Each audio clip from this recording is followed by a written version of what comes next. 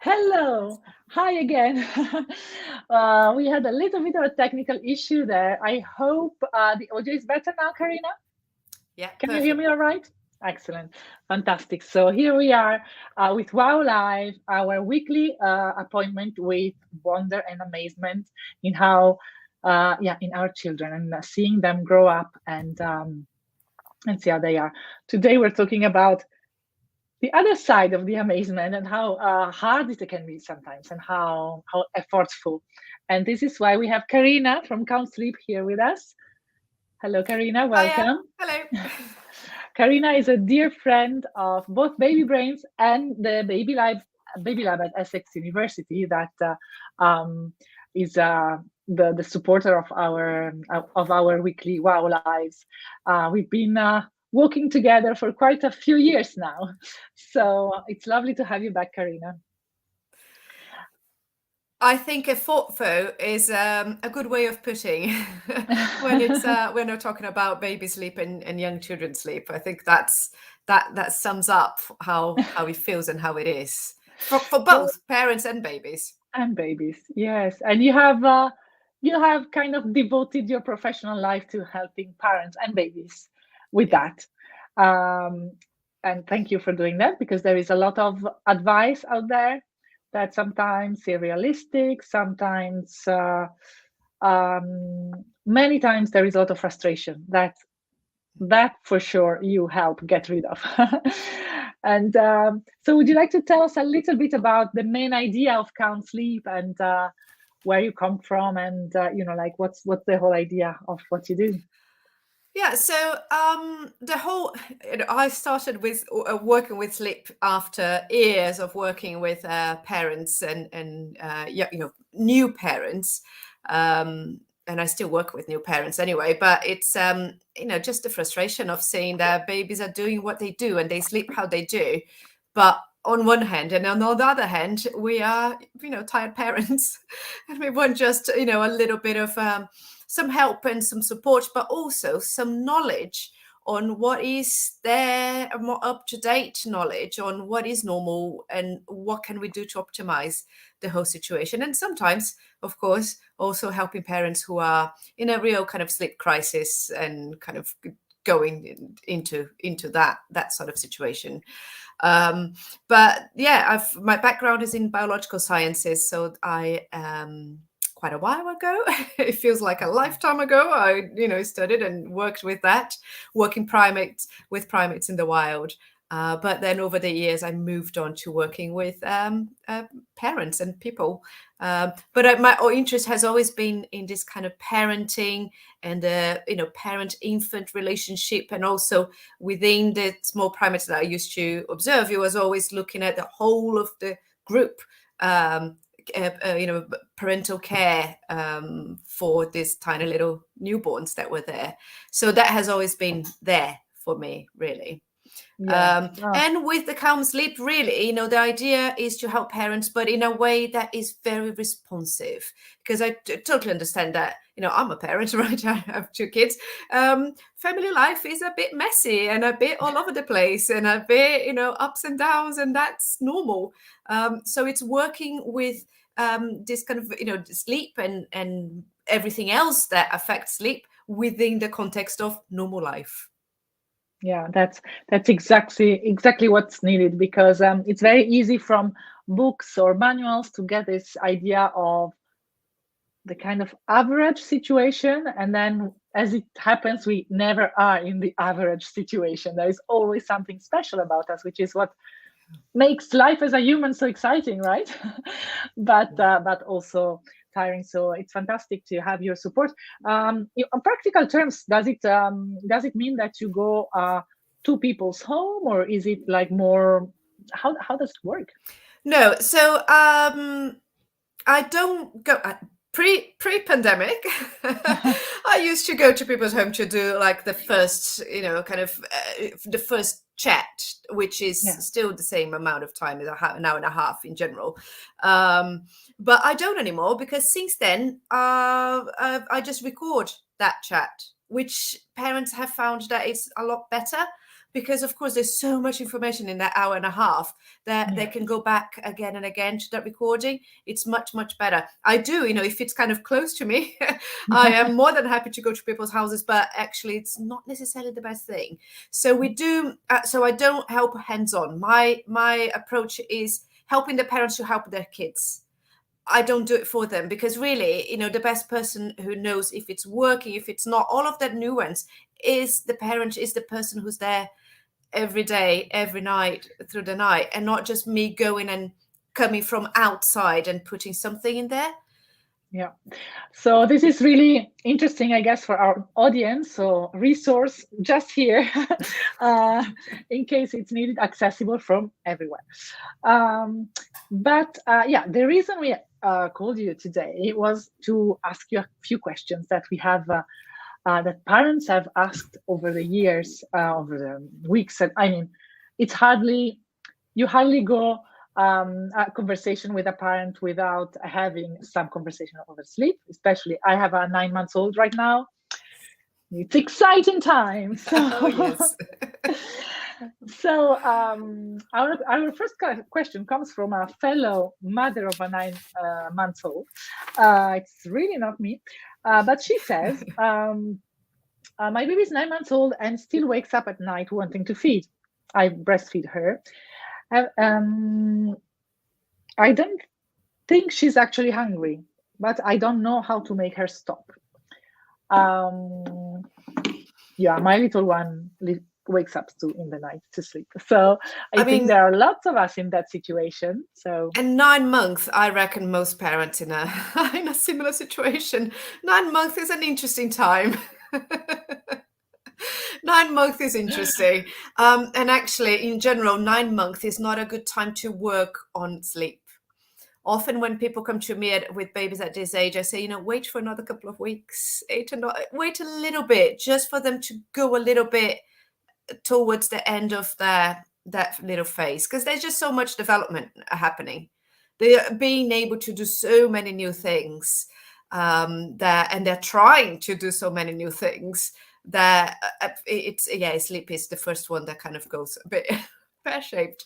And also depending where you are in the world, I'm in the UK, people here, that tends to be the time that a lot of mothers are going back to work. So there's also that massive change for both the parents, the family, and also baby. So sleep is the first thing that goes, right? But so the kind of, those wobbles, absolutely normal, super common, and in general, they will pass. Sometimes just hanging on for a few weeks is the way to go, and then thinking of what to do. But sometimes babies just need extra reassurance as well at that point. They might just need, it's often the time that they kind of get to really get that, all the separation anxiety and all of that. So having, and together with all of the other changes, it just makes sleep a little bit worse. So thinking that, two main reasons for that to happen. Three main reasons. One, developmental. So there's not much we can do about that. It's just lots of play and so on for them to get through that. The other one is that separation anxiety that starts to creep up there. And then it's doing things timing, right? Through play, lots of peekaboo style of play, lots of, even not peekaboo just with your face, but also peekaboo with, putting a banana under a tea towel, and then, oh, where's the banana? And things like that. Lots of games like that. Lots of also timing in terms of togetherness, closeness. So massage at certain times in the day, maybe at bedtime, right? And kind of, if your baby, some babies like softer massage, some babies like kind of like more of a squeezy massage. See what your baby likes best. Maybe carrying them a little bit more during the day, so to top up that love tank, sometimes that can really help. And also reviewing what you're doing as a bedtime routine, if you already have a bedtime routine, right? And reviewing if that bedtime routine is working really well for connecting, for calming, and for giving a space, that containment, which containment is not necessarily physical containment. It might just be containment with everything that they're feeling, right? Yeah. The other thing that might be is that they get really busy at this age, right? And they get super curious, and they might fight naps because the world is more interesting and things like that. So having a little look how the distribution and quantity of sleep is working in the day and night. So I'm not big fan on kind of having a set time, but it's seeing if it's all right distribution for them. Yes, it's interesting what you're saying, because to fall asleep, a baby just like an adult, right? We need to be in that place when we can let go. And at 9 months, it seems to be that time where we don't want to let go. We don't want to let go of parents being present. We don't want to let go of the world being so amazing to explore. And so yeah, it's really a time where I find babies tend to hang on a lot to things. Yeah. So it's very helpful to think about things like massage or that calming sleep routine to support them with that, to basically give an extra push to that, as you say, containment and kind of phasing out of the excitement of it all and into being able to let go. And also, I can't resist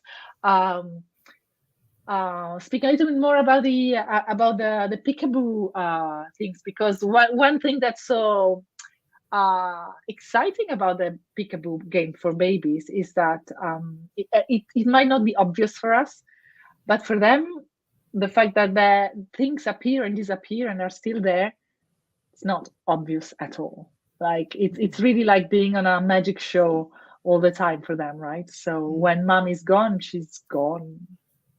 No idea that she's still How exists. scary must that be? Until they actually connect that, oh no, she's just there.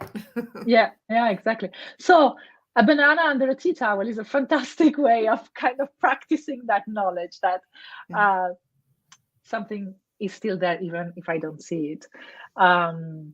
So yeah, thank you so much. I think that there's a lot of wisdom in what you're saying. I have another one. I'm sure, I guess you must get a lot. I would like to co-sleep with my baby, 3 weeks old, but my husband strongly disagrees. He would like for her to sleep in her bedroom as soon as possible, or at least in her cot for now. What do you suggest? Well, quite a bit to unpick. So first of all, recommendation to reduce the risk of SIDS is to have the baby at the same room as parents whenever baby's asleep, day and night, right? So that's something that actually this year the main researchers on safety at sleep is really focusing on, is that it's sleeping in the same place as parents day and night, not just at night. So that's, depending on where in the world you are. So around here in the UK, 6 months, that's the recommendation. If you are in the USA, the recommendation is for a year, right? So depending where you are, it may be longer, but nowhere is younger than 6 months. And it seems to be a good idea. Even if it's not the recommendation, it seems to be a good idea to kind of stick together. So even during the day, so that idea of putting the baby down somewhere and being somewhere else getting on with your work, that doesn't seem to be the safest. No, it's okay. Do that. Just put the baby somewhere else in the same room as you are, and then get on with it. Babies don't really need that dark, silent environment to sleep, right? No, not at all. And often they sleep better when there's stuff going on. Yeah. Exactly. So, but this is something many parents are not aware of. And we have this idea because we tend to sleep better for whichever reason that we might crave a dark room with no noise. I personally do. Yeah. But that's not the need of our child. So, and that's definitely not what's going to make them sleep. And it's going to put them at increased risk. So thank you for precising that. Which is important sometimes to be precise in some things like that, right? So that's the first thing. right? Recommendation and safety, right? Yes, The other thing absolutely. is, you know what? Parents having different views is it happens for most of us, if not all of us. That will be some point in bringing up our children that we have very different views. So that, this baby is still very, very young, 3 weeks old. So, really still just getting used to being a parent and getting through all of those ideas all of a sudden flooding us, right? So I think it can be a bit tricky. I have teenage kids, and that we are going through the same sort of conversations again as it happens, right? But it is important to just sit down and have a chat. Why is it that those two parents have very strong and very opposite views? What is bringing that? And is it fear? Is it something that we always heard through our lives that is not good to do? Is it practicality? Why is it? And then getting formed on, once we are able to have that conversation and to put ourselves in each other's shoes, and then pinpoint which what is it, what are the actual reasons, then going back and getting more informed, getting more information of what is behind it, what is behind those ideas. I Yes, think so that's there is important. information out there. Once you realize where your opinions are different, then it's the time to look for facts, maybe, Yeah. and let those inform. It would be a nice step forward. Yeah. Do you think you could speak briefly about the benefits of co-sleeping and the Yeah. limits, or? So, in general, well, for babies, from the baby's point of view, right? 3 weeks away 3 weeks ago, this baby was being cuddled 24/7 for their entire life. They were just really cushioned because that uterus grows as the baby grows. So they're always kind of restrained and feeling all of that warmth and baby mother's heartbeat and all of that togetherness, which is that skin to skin, that touch is fundamental. It's really, really important for baby's development, as important as food. Right. So it is hugely, hugely important. So that is one thing. So that baby now, they don't know, right? They don't know with their head, oh, it's okay, it's safe here, it's okay. No, they just need those things. And that baby's just asking for that, right? And that's wonderful thing about newborns is that they need things and they can communicate and they can tell their parents can I have that, please? Not because they want, but because they need. Yeah. Right. So that's one thing. And that's totally normal. It is very, very, of course they are there, those babies, but most babies at this age, they kind of, that's it, they just sleep when we're holding them day and night, which that is the issue because we don't want to be doing that particularly at night, right? So that benefit, if you're breastfeeding, co-sleeping does help to make that easier. It helps mothers to sleep a little bit more, right? If you're breastfeeding, because you can just, if you're breastfeeding, try to learn to feed while you lie down. If baby's there with you, so you kind of don't need to wake up properly. It makes nighttime parenting a little bit easier. So benefits from baby's point of view, from mum's point of view. The downfalls of it and the things to look out for. In terms of co-sleeping, we're thinking of the same sort of safety that we would use for a baby that is sleeping on their own little space. So a flat, firm mattress with their own blanket and not parents' blanket, because normally they get too cold and that our blanket could go over their face. So that's not great. And mothers, particularly if they're breastfeeding, they're naturally going to go on the C shape, on the recovery position, which then that's safer for babies. When not to do it, when if mother particularly, but if parents smoke, that's a risk factor.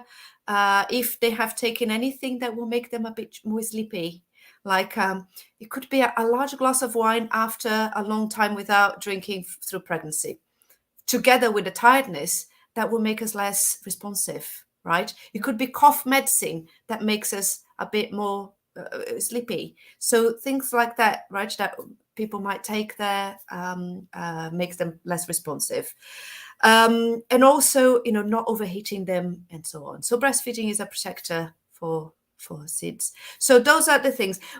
Something that I see sometimes parents who are very fearful of co-sleeping is that because they don't want to bring baby onto their bed, they end up just holding their babies on a sofa or on an armchair, and then it's very difficult not to fall asleep. That's not a good idea, because an accident could happen. So it's actually much safer to take the baby to your bed and fall asleep there. So much safer, actually. If you're doing in a kind of safe way. Two Instagram pages that are worth following for tips and for good information. One is the Lullaby Trust, and the other one is called Co-Sleepy. So Co-Sleepy, she's all about co-sleeping, and she talks a lot about the safety of it, but in a way for parents who are co-sleeping, or for parents who are thinking about it, or for parents who want to know more about it. Very, very good resources, those two. I've put them in the comments. Thank you very much, Karina. So, and yeah, to go back to the question, I just it's very interesting how you basically started with communication. Relationship between the mother and the father is the key, and it's the beginning. And it's nice that you gave us this perspective. Teenage years, same skills needed between mom and dad, talking about stuff that maybe when you get married, or when you decide to have a family together, you don't necessarily think that it will be made of this kind of conversations. Yeah. But yes, actually, parenting is a lot of this strange conversation. How are we going to sleep tonight? Who is going to be where? How is gonna blankets look like? And yes, and it's really important to take those conversations seriously, because they are really the foundation of a family in the end. And when parents can have those conversations, they will provide that environment for the child that the safest to grow up in. And put in the effort at the beginning, because you're gonna need it all the way. We are not supposed to. It's not expected that we know exactly what we're doing through parenting. It's not it's not a book, isn't it? Each family is different. And because if each family, as in if it's a family with the first child, that's a new family. Second child comes, that changes again. Those conversations, they need to happen again. Another child, that happens again, and it keeps changing. That's the wonderful thing about it. It's so dynamic, and those conversations, they really are key to keep things going. Yeah. Thank you, Karina. Another mom that might have a small baby as well, but he only falls asleep at my breast. How do I change this? So I think, first of all, is it a problem for you, or is it something that you keep hearing, therefore it became a problem because of all the messages there? I think that's the first thing. If it's not a problem for you, for her, then it's fine. No need to change it. Yeah, it's there is a big distinction, right, between breastfeeding and bottle feeding here, because that problem that bottle feeding might give of too much sugar in the mouth and around, that's not a problem with breastfeeding, right? So it's not bad for anyone in itself, unless it causes discomfort or distress or anything for the mother, and then in this case. Yeah. So yes, and that's important. If it's bottle feeding, then that formula, it's not good to just be soaking on around their mouth. Mm-hmm. So how to do it, right? If you do want to change, it depends on the child's age, really. But if it's a younger baby, or kind of 6 months or so, the easiest, most gentle way is called habit stacking. So as you feed, you also do other things at the same time. So, for example, you might feed, and at the same time that your baby is falling asleep, you are tapping the bottom, you are shushing, or you're singing or humming, right? So you're doing kind of 3-4 things at the same time. So feeding, tapping, shushing, right? And then little by little, you can then start to just separate that feeding, but you're still tapping and shushing. So you still have other things associated to that falling asleep. With time, then your baby will need less support to fall asleep, and then you can kind of migrate away from all of those other things. So that's something that parents, they don't have to, right? But you can kind of start with a younger baby. So every time they're kind of falling asleep, that you know they're going to fall asleep, you just tap and shush at the same time. And actually, sometimes people often ask me, what sort of kind of, how can I get a routine onto my newborn baby? That's a nice little routine. Yeah. So that basically what you're doing there is creating associations that are on top of the one with the breast, also other ones that the child eventually could hang on to. Should I get tired of breastfeeding my child to sleep? Exactly. I personally love those moments, and by child number 4, I really enjoy it. It's a very good excuse for me as well to have a rest, and I'm enjoying it. But there have been times in my life where it was not the same, and I needed that to prop up his independence a little bit more. So it really depends what's going on in and that's the thing, there's life. nothing wrong with either way, and that's what people need to kind of, it's important for us as an individual, as a mum, to think, what is it that my heart is saying? Do I need this, or do I feel, am I getting the message that I should do this? And that's important. Yeah. Also, because these things are so, they sound really easy, shush and tap, but actually it's quite effortful to put them into practice when you're sleep deprived and you just have so many other things that you would like to do.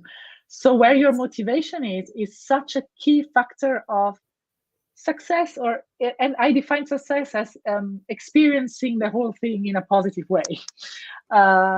So if I do something because I think my neighbor thinks is the right thing to do, I will run out of steam very quickly, right? And then I will feel like a failure very easily.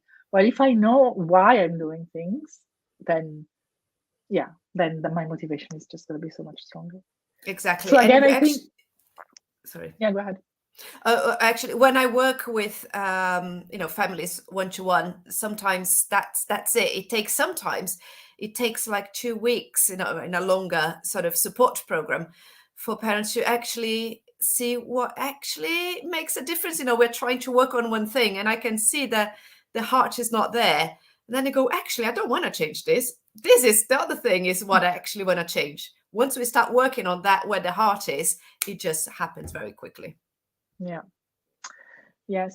So basically, helping someone to sleep is really helping them with their whole, you can sleep good, good sleep is really a signal of lots of things going well in your life, right? Mm-hmm. And as you were saying before, first thing that goes when you have a challenge, it doesn't need to be something bad happening, but if something really exciting and challenging and demanding is happening in our life, if I get a new job, if I move somewhere, if I learn to drive, these things are gonna really change the way I sleep. And so help with figuring out what it is that's going on in our life, in the baby's life, and in our life is, I think it's a really important tool out there, that it should be kind of normalized, that we need help with these things. We just don't need help when our child has a cold, or like a fever. It's there is much more going on. Yeah.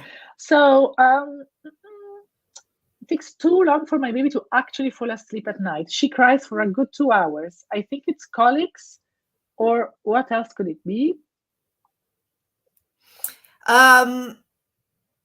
You know what? Normally, it depends on the age again, right? So if baby is, so much around sleep depends on the age, right? Because how they sleep as a newborn is different from an older baby, and their needs are so different. So it does vary so much. So if it's a very young baby, it could well be because they are overwhelmed, right? They've done too much in the day. It was a very busy day, or maybe lots of visitors, or lots of things they looked at, and then they just come at night and they're just a bit too overwhelmed, and they just cry, and then they fall asleep, right? So could be that. So look at that. Older baby, it might be that the distribution of sleep is a bit off. So then that might be like a very long time that they are awake before that bedtime, and they're super tired, and then they need a lot more help, right, to calm down, to feel all right. Another thing, when they are really kind of overwhelmed and so on, through crying, through moving their arms and legs and so on, they are releasing stress there. So maybe that's just a little tool that the baby's using just to get rid of that. So they're doing well, baby, but it's kind of, how can we help before that builds up? What can we do before that builds up? That's the thing.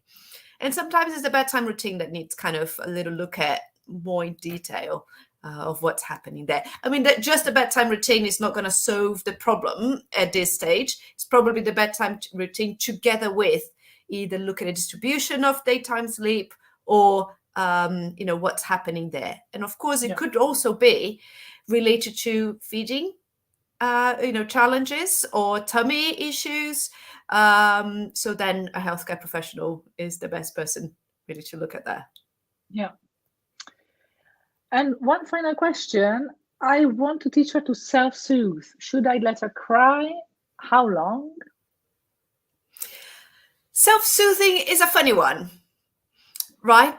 Often when I ask parents what they think, when people ask me this, I first ask, what do you think, what is self-soothing for you? And it varies a little bit. In general, what people say is that it's kind of getting themselves off to sleep, right? Or, most often it's not getting themselves to sleep, it's getting to sleep, but from being crying. So crying, upset, stopping being upset, and then falling into sleep. That's really hard for babies to do. When they lost it and they're on the cry, they can't get out of it on their own. They can't. They're not developed enough.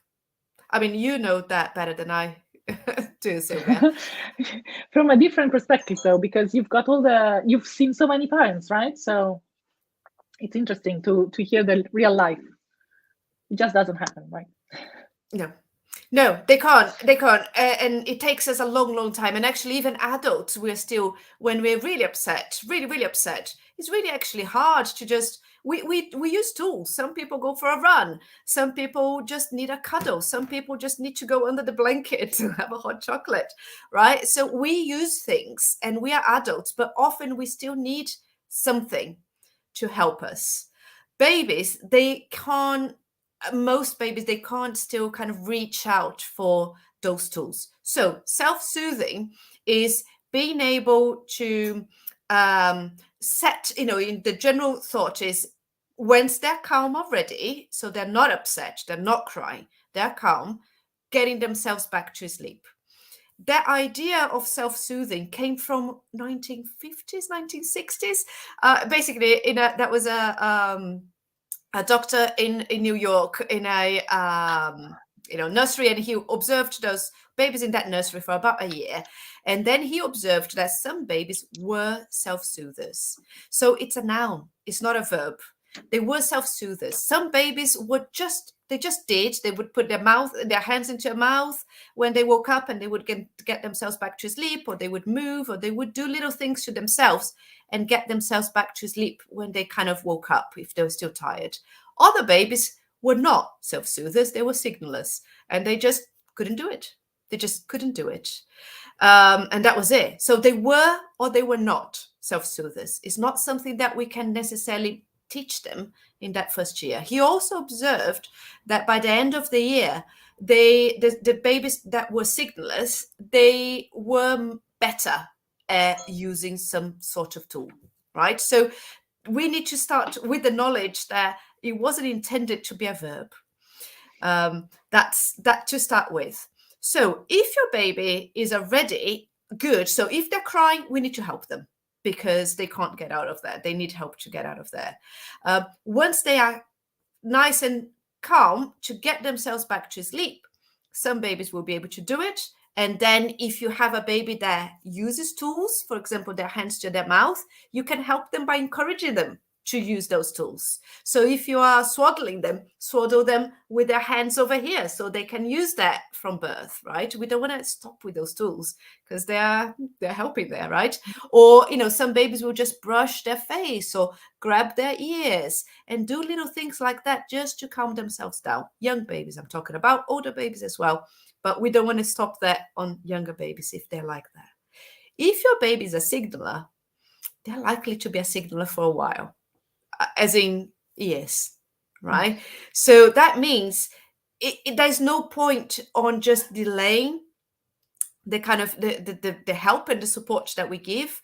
It's easier for everyone, but particularly for parents, if you just go to them a bit quicker and help them before they get into the crying, into the bit that they are all over the place, and they will need quite a bit of help then to calm down again. Yeah. How we do it is what is going to change over the time. So for a young baby, it might be picking them up every time, right?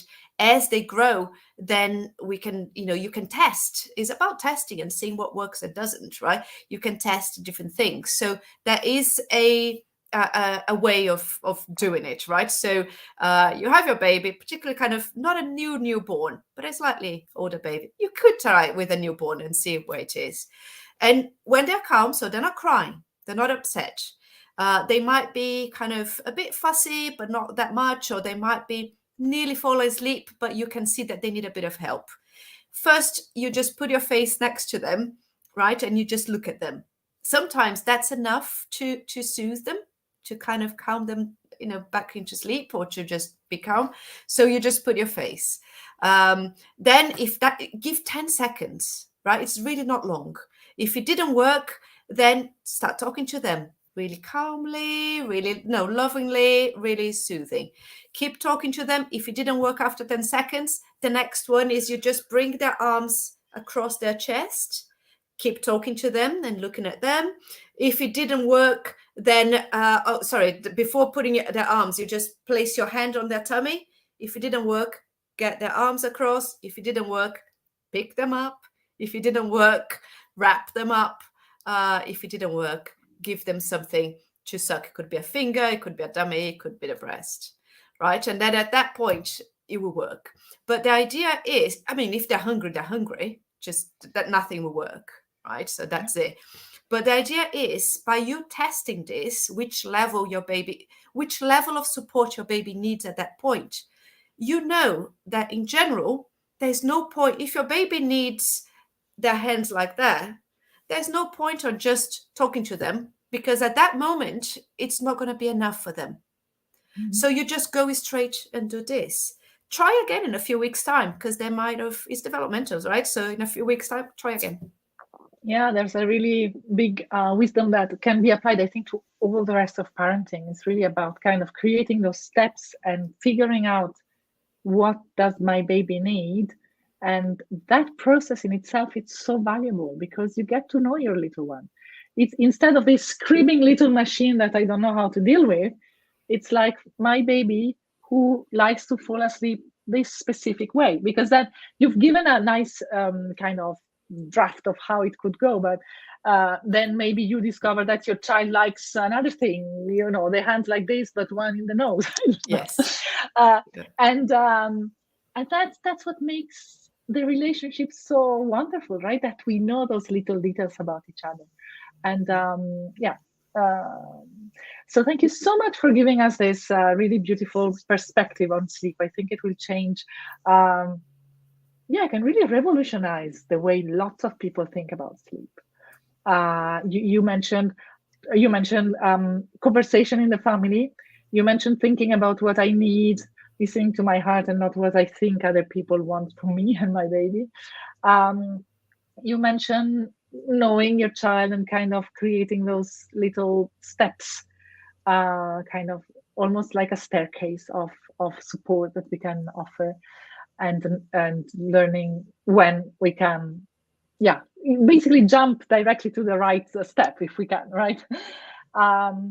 And then lots of safety guidelines. You really, thank you so much. You've been really extremely helpful for all of us parents out here. And thank you, Karina, Thank you That's all so right. I much. hope it was helpful. And yeah, if anyone needs kind of support and stuff, just send your questions. You send it through to me.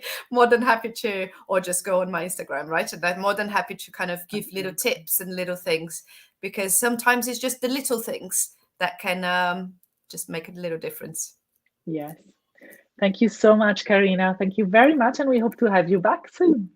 Yes. Thank you for having me. Thank you. Have a lovely Friday and weekend. You too. Bye.